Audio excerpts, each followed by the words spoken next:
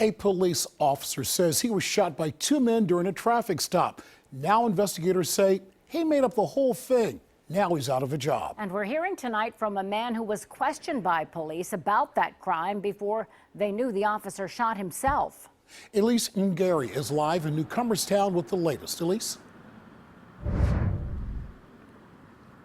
That's right. Chaz Gilliland, he tells me he's not too happy about seeing his face all over the internet accusing him of shooting an officer. But he says he gets it, that people look at him differently, that he's covered in tattoos, even having a lengthy criminal history. But once that Ohio Blue Alert was issued last week, he says even his own mom thought differently. I said, Mom, I didn't do this. She's like, why would they pick you out of everyone? They said I was in Coshocton, and they called the state troopers and said I opened up fire on them with an AK-47. And then I'd hit several officers. You can't confuse, I mean, I don't look like no one else. They said he had a bald head, and you still thought it was, even if my head was bald, my whole head's tattooed. Chaz thinks the whole situation was nonsense. They're putting so much energy into me at first, and still, they don't even know who did it.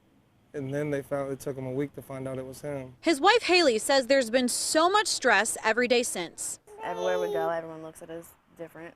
Does he want a sorry from the department or from Brian Eubanks? Besides the fact that it was all fabricated and a lie, the fact that they jumped the gun so fast to put a code blue out on me, the fact that they wouldn't let me resolve it peacefully, you feel me, just everything. What's the first thing he did when he heard the officer made the whole story up? I called my mom.